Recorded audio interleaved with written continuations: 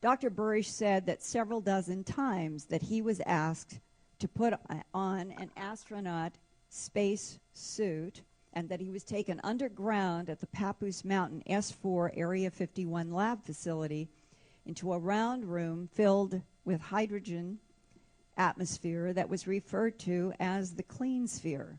And we're talking here about Nellis Air Force Base, and over here is the area having to do with underground facilities that Bill talked about just previously with details that I understand from others is underneath the Papoose mountain range physically, is protected underneath the hills and then goes down. Bill says 5 levels. The 5th level, one only accessible by an elevator that is well controlled to get down to this clean sphere. In his assignment, he was to enter the clean sphere and approach an entity that his majestic 12 superiors described as extraterrestrial. The being was called J-Rod, and that name J-Rod came from the being who told Dr. Burisch that it stands for the number 15 as depicted in something related to Egyptian hieroglyphs, something that is shaped like a J and a rod.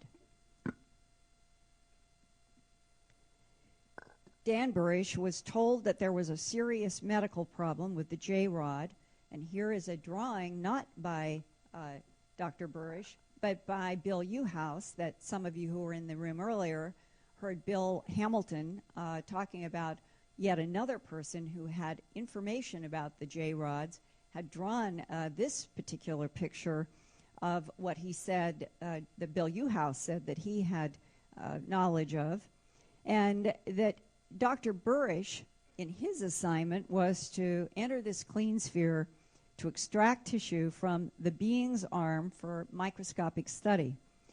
Dr. Burisch learned that the J-Rod had a nerve degeneration disease that caused skeletal and muscle weakness and loss of body heat.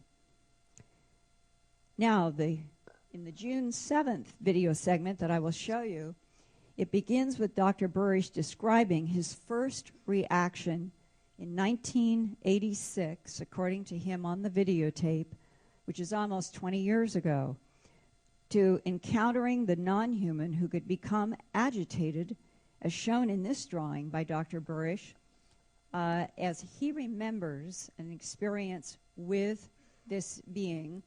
And this is underground at the S4 facility beneath the Papoose Mountains on the south end of Groom Lake inside of the Nellis Air Force Base complex.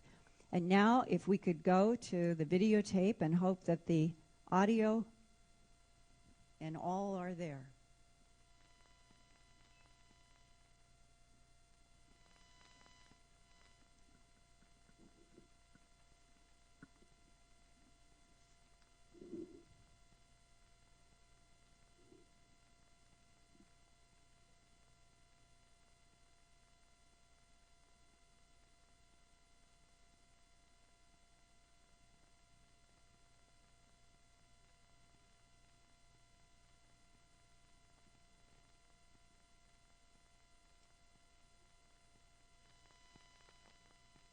Feeling was I was looking at a giant insect. It's the best I can just off the cuff. It looked like a giant insect, being dark brown and hunched in a corner, very insectoid in appearance. It almost looked like it had an exoskeleton. I felt afraid inside because I was always told that monsters weren't real.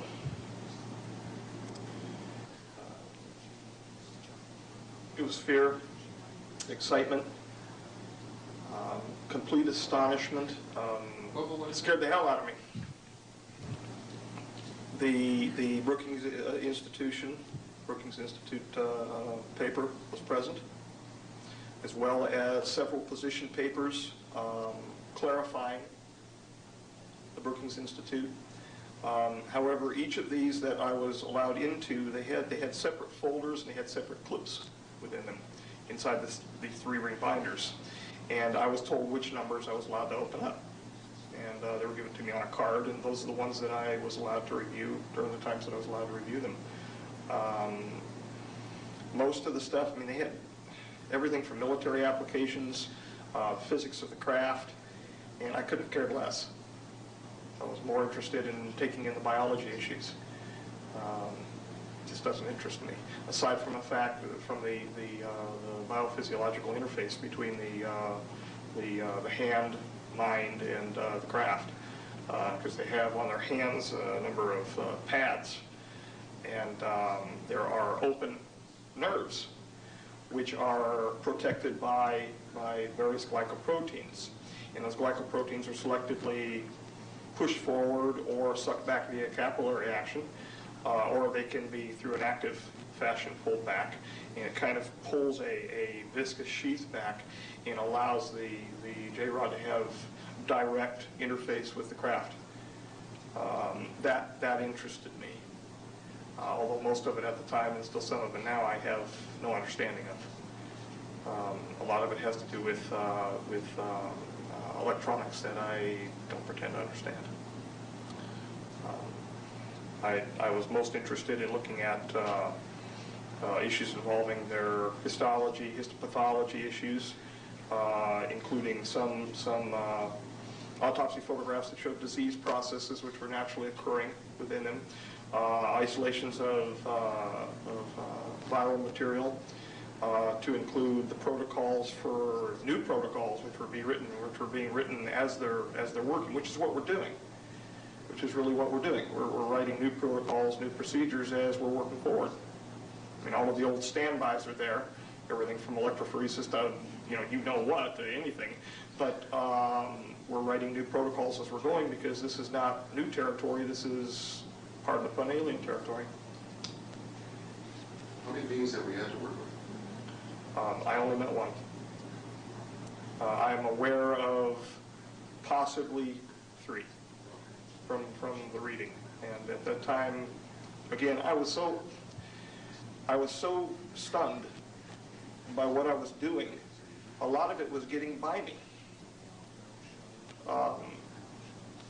When I read the word extraterrestrial